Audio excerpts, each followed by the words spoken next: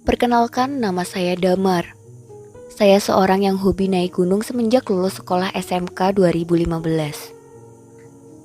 Saya sering naik gunung bersama teman saya sehingga akhirnya saya semakin candu. Dan sampai saat ini pun masih beraktivitas naik gunung bahkan seorang diri atau solo. Ketika solo hiking, saya melakukan sebuah pendakian dan melakukan bushcraft yang dipadu dengan ilmu survive serta sedikit teknik primitif. Selasa 7 Juli 2020 adalah sebuah jurnal perjalanan solo saya mendaki Gunung Religi, yaitu Gunung Sanggabuana, Karawang, Jawa Barat. Kita mulai ceritanya. Dari awal sebelumnya Gunung Sanggabuana ditutup, tapi ada sesuatu hal yang bisa membuat saya masuk dan dapat izin dari warga. Sehingga saya masuk untuk naik gunung dan melakukan bushcraft seorang diri. Dan setelah saya berjalan dari base camp registrasi sekitar 1 jam 30 menit, saya tiba di F8 atau di makam komplek Maparaji Sakti.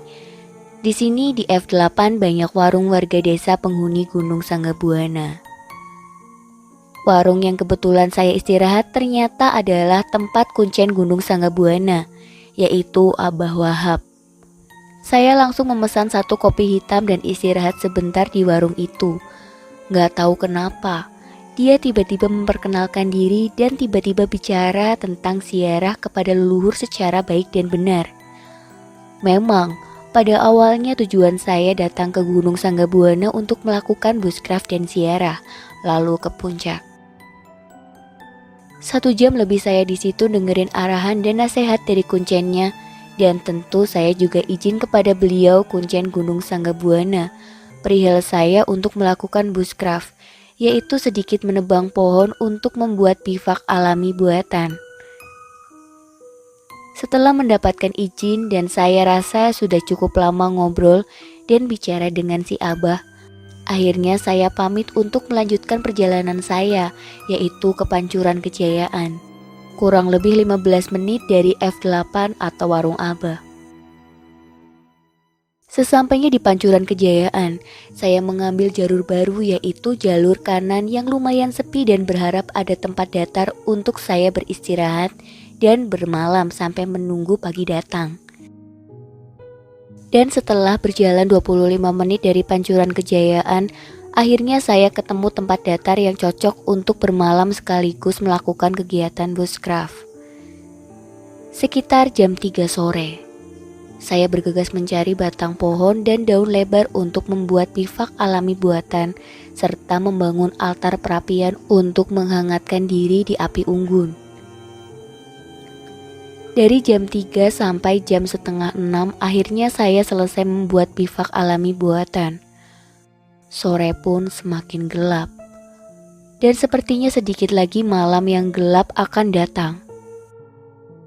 Seketika alam yang indah dengan suara burung-burung yang memanjakan telinga saya dan menenangkan pikiran saya tiba-tiba berubah menjadi gelap gulita dan mencekam. Hanya ada suara tokek dan suara binatang malam seperti serangga dan jangkrik yang selalu terngiang di telinga saya. Beruntung sekali saya sudah membangun api unggun perapian sekaligus untuk memasak dan kemah alami buatan untuk saya tidur. Saya memasak telur dan sosis dari jam setengah 7 sampai jam setengah 9. Saya memasak di atas batu alam yang saya temukan. Beruntung batu alam itu berfungsi menjadi pengganti wajan penggorengan. Ini adalah teknik primitif. Dan juga kopi serta bermain api unggun dan menikmati kesunyian malam di Gunung Sanggabuana. Sampai jam setengah 9 saya mulai mengantuk dan mencoba tidur di dalam bivak alami buatan. Sekian menit saya mencoba untuk tidur, tetapi tidak bisa. Tiba-tiba, tanpa ada suara langkah kaki atau tanda ada orang datang, dengan sunyi dan suara alam yang memanjakan pikiran saya, tiba-tiba kakek itu datang. Dia tidak lihat saya. Posisi saya ujung di jalan trek, dan sedikit gelap karena posisi api unggun sudah hampir padam. Karena saya penasaran lalu saya teriak dan memanggilnya. Pak, mau kemana malam-malam? Bapak sama siapa? Dengan muka pucat dan penuh keringat seolah-olah kecapean, dia berhentikan langkah kakinya, lalu membalas sahutan saya. Assalamualaikum anak muda. Dengan hal lumrah refleks saya menjawab. Waalaikumsalam Pak. Bapak kenapa malam-malam di gunung? Bapak mau ke puncak? Sini-sini istirahat dulu Pak. Bapak kelelahan itu. Oh iya, Bapak itu hanya bermodal tongkat dan membawa tas lempang. Bapak itu akhirnya mau istirahat dan meminta rokok gudang garam merah lalu dibakar. Kami berdua pun merokok bersama dan ngopi bareng sambil berbincang-bincang.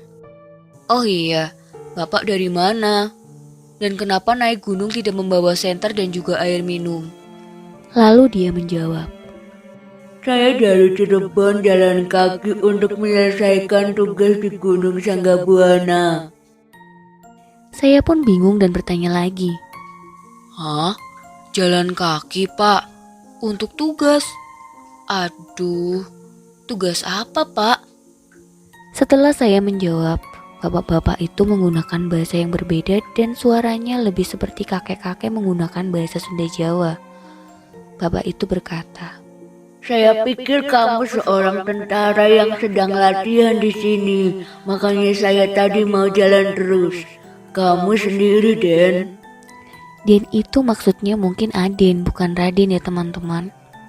Kamu sedang apa, Den? Malam-malam di gunung sendirian. Saya menjawab, oh Pak, saya sedang naik gunung saja dan ingin menikmati kesunyian alam di sini. Lalu dia memanggutkan kepalanya tanda mengerti. Kamu buat video ya untuk dimasukkan di televisi. Dengan bercanda saya menjawab, hehe, bukan televisi Pak, tapi ini dimasukkan ke YouTube. Saya video dan rekam ya sekedar aktivitas bertahan hidup di alam, sekalian mengasah kemampuan saya dalam bushcraft. Saya mencoba menjelaskan supaya bapak itu paham. Seketika saya ingin berkenalan dengan bapak-bapak itu dan menjulurkan tangan kanan. Pak, kenalin, saya Damar dari Bekasi usia 23 tahun. Tiba-tiba dia memegang tangan saya dengan begitu dingin dan menjawab, Saya berasal dari Cirebon. Kemudian beliau menyebutkan bahwa usianya sudah 582 tahun. Di saat beliau mengucapkan usianya 582 tahun, saya berpikir dan merespon biasa saja. Pikirku saat itu umur beliau 58 tahun dan saya hanya salah dengar. Entah mengapa ketika saya rasakan genggaman tangannya seperti mengalir energi listrik dengan daya kecil. Seperti ada setrum sedikit lalu beliau mendoakan saya. Berkomat kamit yang saya hafal beliau membaca syahadat dan Al-Fatihah serta takbir Allahu Akbar. Sehabis itu beliau tiba-tiba langsung jalan menuju atas atau puncak gunung tanpa berpamit dan mengucapkan kata-kata. Saya yang heran dan bingung serta masih merasa khawatir langsung berteriak. Pak, mau kemana Pak? Tunggu. Hei Pak, Assalamualaikum Pak. Tunggu saya akan antar Bapak dan menemani tugas Bapak dan memandu perjalanan Bapak. Saya berteriak karena khawatir. Malam itu seingat saya sekitar jam 10 malam dan sudah gelap gulita. Bapak itu tanpa sebuah penerangan sama sekali hanya bermodal tongkat dan sebuah tas yang saya tidak tahu apa isi tasnya. Saya yang sebelumnya 2018 sudah pernah ke Gunung Sanggabuana dengan percaya diri akan mengantarkan bapak itu karena saya masih ingat jalur jalannya dan estimasi waktu yang ditempuh. Saya lalu berteriak kembali setelah bapak itu menghentikan langkah kakinya seperti menunggu saya. Pak, sebentar ya, saya ambil bekal air minum dan rokok untuk kita berdua selama perjalanan dulu. Tunggu ya Pak. Di sepanjang jalan beliau tidak sama sekali bicara. Ketika saya ajak bicara atau sedikit membuat lelucon, bapak itu hanya diam.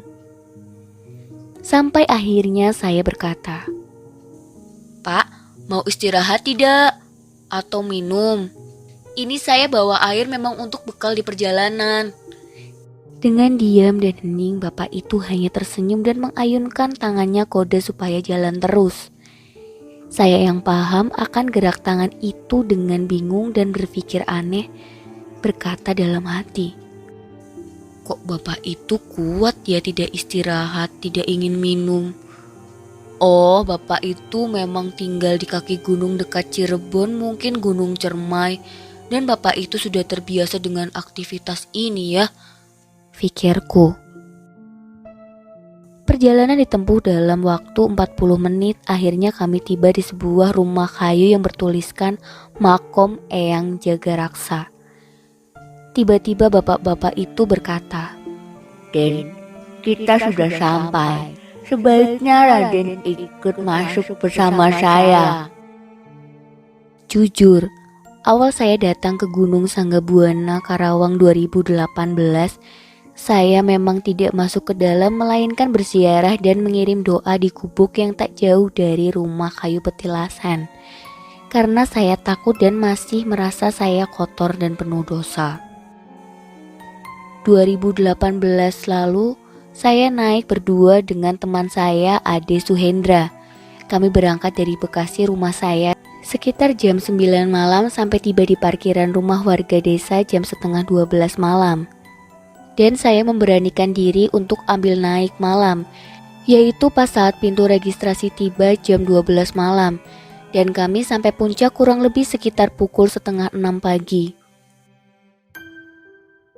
Setiba saya masuk ke dalam rumah kayu, saya melihat begitu banyak rokok dan sesajen di dalamnya. Dan di ruangan yang sunyi gelap itu saya melihat ada 2 makom. Seketika saya berpikir gelisah dan takut kalau akan dijahatin oleh bapak itu. Dengan sebagai bukti saya mencoba merekam suara menggunakan handphone saya yang berdurasi 16 menit. Ketika malam semakin sunyi, semakin sepi dan hanya kami berdua di dalam rumah kayu yang berisi 2 makom atau 2 petilasan itu, saya pun semakin berdiam dan merasa waspada, takut kalau dihipnotis dan barang-barang pribadi saya dirampoknya. Lalu saya mencoba memejamkan mata saya untuk berdoa memohon perlindungan kepada Sang Pencipta.